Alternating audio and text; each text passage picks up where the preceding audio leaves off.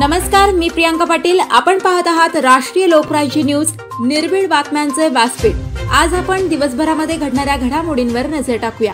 चला पाहुणं, आपल्याला जायचंय. पण कुठे जायचंय? टाकळी ढोकेश्वरच्या हॉटेल वैष्णवी मध्ये जायचंय. म्हणतात तिथे खूप छान जेवण मिळतं. चला तर मग जाऊया. पारनेर तालुक्यातील टाकळी ढोकेश्वर येथील सुप्रसिद्ध हॉटेल म्हणजे वैष्णवी हॉटेल. या हॉटेलची चवच लई न्यारी. पाहुणं, एकदा या. हॉटेलची चवच लई न्यारी. अस्सल मांसाहारी प्रेमींच्या जिभेचे चोचले आता पूर्ण होणार. ते फक्त हॉटेल वैष्णवी मध्ये. या ठिकाणी सर्व प्रकारच्या पार्टीच्या ऑर्डर स्वीकारल्या जातील. प्रोप्रायटर संतोष रंगनाथ ठाणगे. संपर्कासाठी मोबाईल नंबर 8830578505.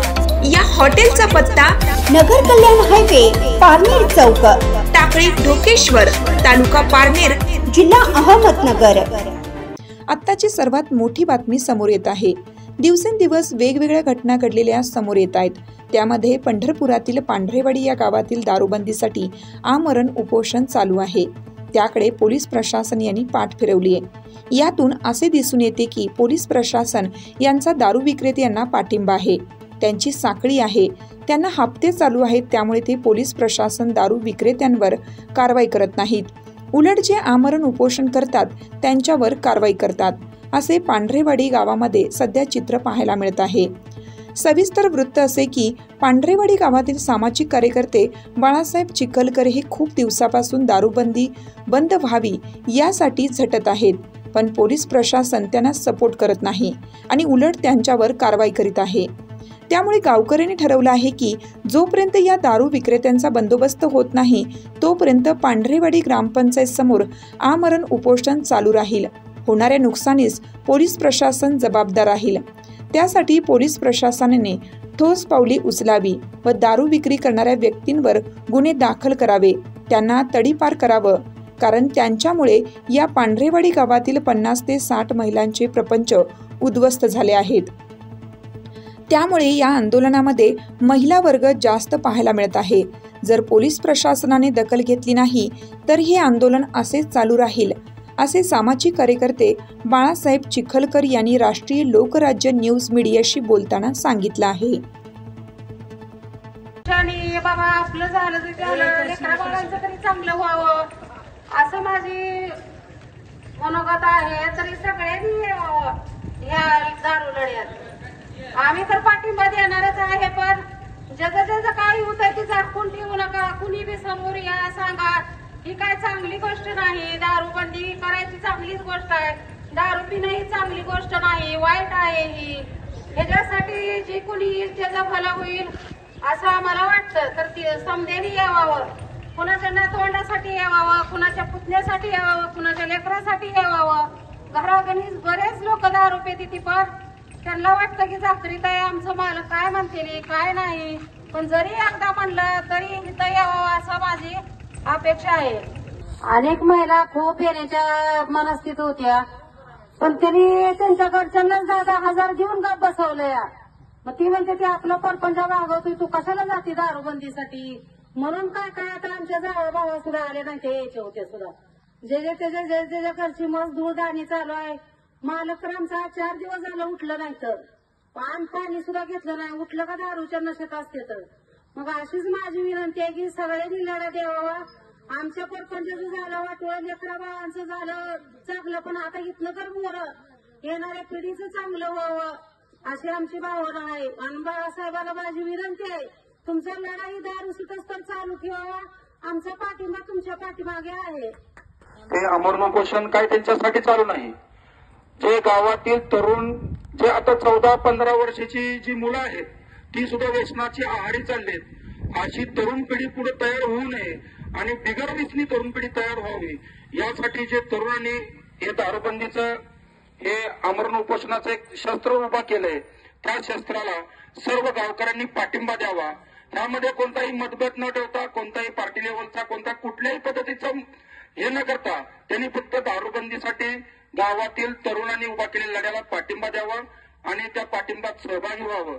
हे आमरण उपोषण आजपर्यंत गावात झालेलंच नाही. पण आता कायमस्वरूपी बंद होईल दारू. लेडीजला सर्व महिलांना आता वाटायला लागले की आपली मुलं व्यसनाच्या आहारी जाणार नाहीत. त्यासाठी त्यांनी सुद्धा पाठिंबा दर्शवला लेडीज वर्गाने सुद्धा, पण पुरुष वर्गाचा म्हणावा असा थोडासा पाठिंबा कमी आहे. तर हे सर्व गावातील तरुण पिढीने सर्वांनी या उपोषणाला पाठिंबा द्यावा आणि पुढील येणारी भविष्यातील पिढी ही निर्व्यसनी व्हावी यासाठी सर्वांनी इथं येऊन बाळासाहेब चिखलकर यांना पाठिंबा दर्शवावा आणि त्यांच्या सहकाऱ्यांना पूर्णपणे सांगावं की बाबा आम्ही बी तुमच्या पाठीशी आहे. सर्व मागून पाठिंबा देणारे सर्व आहेत, पण पुढून कोणी ना कोणी येऊन उभं राहावं त्यांच्यापाशी, सांगावं त्यांना की बाबा आम्ही तुझ्या पाठीशी आहे, तू काय पिऊ नको, पुढे उपोषण आपण सक्सेस मार्गे पूर्ण करू. त्यांनी सर्व बाजूने त्यांना सहकार्य करावं एवढं बोलतो आणि आमचा पूर्णपणे तरुण वर्गाचा त्यांना पाठिंबा आहे असं जाहीर करतो. 16 ते 20 वर्षाच्या आतली मुलं दारूच्या व्यसनाच्या आहारी गेलेत. तर आमचं एवढंच म्हणणं होतं की हे दारू इथं विकू नये आणि त्यांना विनंतीही झाली होती ह्या गोष्टीसाठी की सगळ्या महिलाही गेल्या होत्या त्यांच्यापर्यंत की तुम्ही दारू सोडून दुसरा कुठलाही व्यवसाय करा म्हणून. पण त्यांनी असं हसत होते बायकांवर की जसं की मी का तुम्हाला भिवू असं त्यांनी त्यावेळेला सगळ्या महिलांना दाखवलं. पण आमची एकच जिद्द आहे की आमची मुलं ह्या व्यसनाच्या आहारी जाऊ नये म्हणून आम्ही ह्या उपोषणाला बसलेला आहोत. पोलिसांना एवढीच विनंती आहे की त्यांनी सत्याचा पारख करून ह्या गोष्टीचा निर्णय घ्यावा. साधारण गावात किती लोक दारू विक्री करतात? 2 ते 3 जण आहेत. 2 तर असे आहेत की मी जसं लग्न झालं तसं बघते की माझ्या लग्नाच्या आधी बी 20-21 वर्ष झालं असेल ते कायम हिथं विक्री ते करतात. तुमची मागणी काय असणार एक महिला म्हणून तुम्हाला काय वाटतं की दारूबंदी व्हावी की नाही? माझी मागणी आहे की ह्या गावामध्येच काय पुण्याच गावामध्ये दारू ही प्रश्न नसलाच पाहिजे. कारण प्रत्येक स्त्रीचा संसार सुखानं व्हावा असं वाटत असेल तर ही दारू ही नसावीच लागेल आणि ही बंदच व्हावी लागेल. आणि आमची विनंती एवढीच आहे की सगळ्यांनाच की सगळ्यात सहकारी करावं पोलिसांनी सुद्धा की ही काम आम्ही चांगल्यासाठी करतोय आणि आमच्या लेकरांच्या संरक्षणासाठी करतोय. आता आपण बघितलं असेल एका भगिनीचं मनोगत मन हे लावून टाकणाऱ्या काही गोष्टी आहेत त्या आपण सर्वांना अंतःकरणातून कळालं असेल की दारू किती वाईट आहे. आज ज्यांच्या घर जसं जळतं त्यालाच कळतं ही म्हणजे आहे तसं ज्याच्या घरी दारू पितायत त्याच्या घरालाच माहिती आहे त्या दारूमुळे काय होतंय. त्यामुळं आपल्या गावात दारू किती वाईट प्रकारे घराने जसं एखादा किड्यानं एखादं झाड पोखरलेलं असतं तसं ते आता परिवाराचं झाड त्या दारूला पोखरलं गेलंय. इतकी वाईट दयनीय अवस्था या दारूमुळे झालेली आहे. पण त्या दारूवाल्यांना खटकापेक्षा पण त्यांचं मन कठोर झालेलं आहे. त्यांना दयामया काही सुद्धा येत नाही. त्यांनी विचार कुठलाही त्याच्यासमोर असा दारू 4-2 दिवसावर मरा आलेला जरी व्यक्ती दिसत असेल तरी त्याला तो दारू देतो.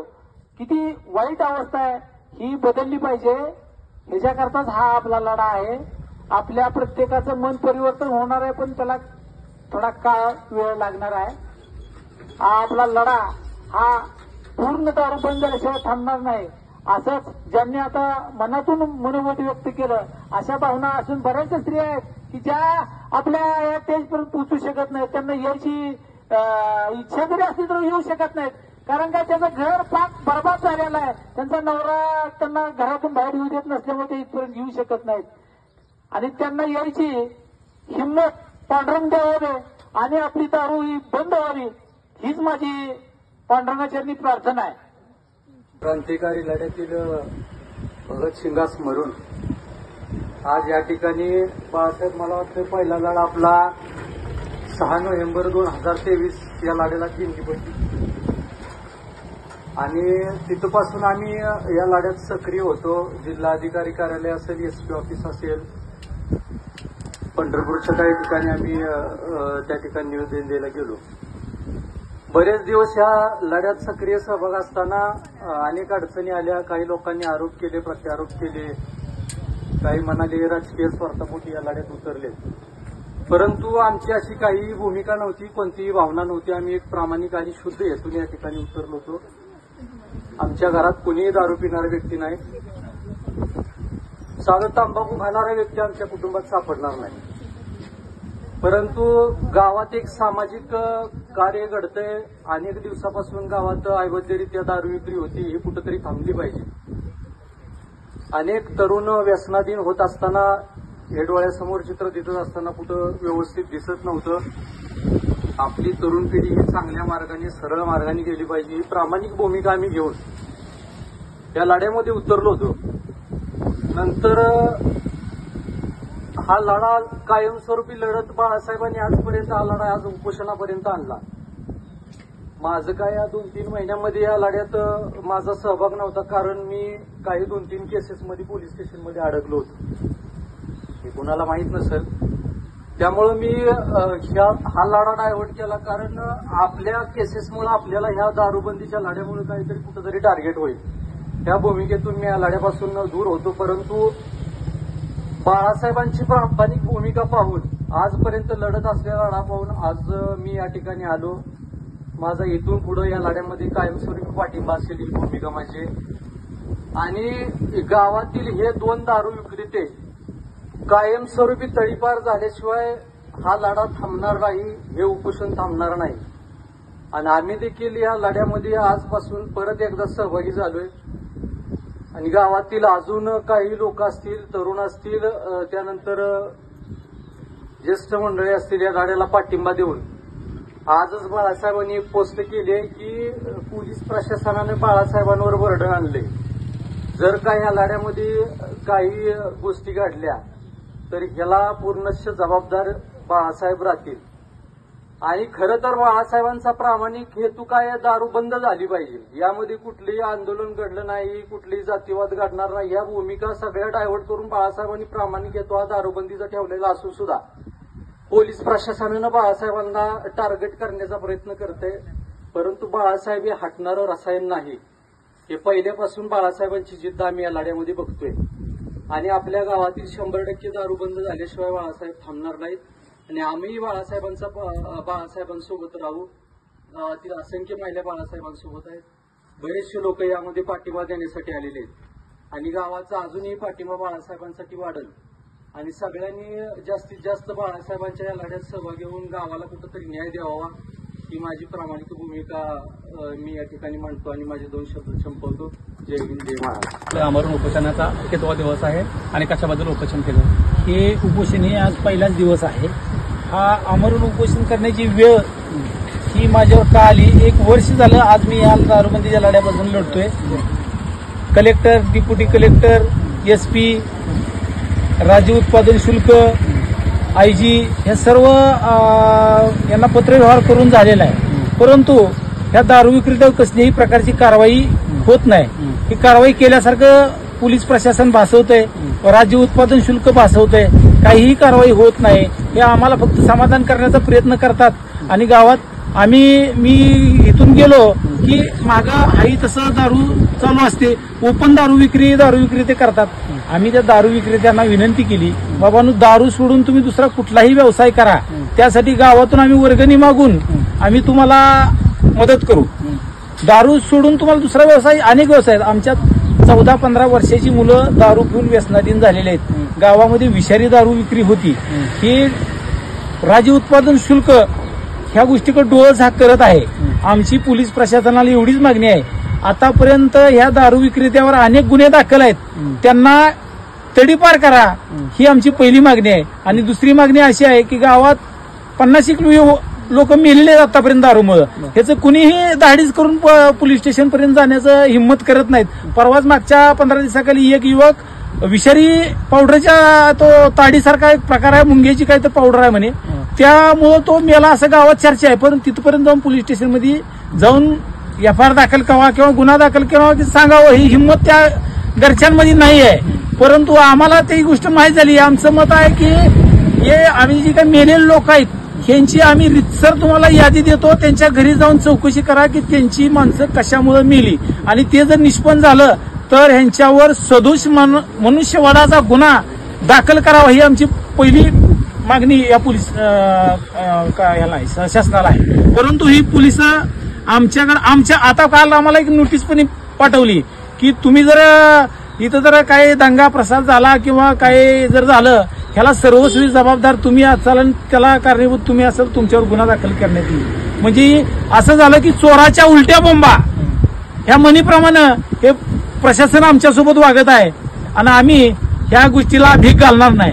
आम्ही मरण आलं तर 72, परंतु यांच्यावर जोपर्यंत तडीपार होत नाहीत तोपर्यंत हे माझं उपोषण माझं हटणार नाही, मी निर्धार केलाय. ह्या सर्वांचा मला पाठिंबा आहे की गावकरी माझ्यासोबत ठाम माझ्यासोबत उभा आहेत, त्यामुळे मला कुठल्याही घाबरायची आवश्यकता नाही. राष्ट्रीय लोकराज्य न्यूज नेटवर्क, पांढरेवाडी. ताज्या बातम्यांसाठी आणि अपडेट्ससाठी राष्ट्रीय लोकराज्य न्यूज चॅनलला सबस्क्राईब करा, तसेच लाईक आणि शेअरही करा.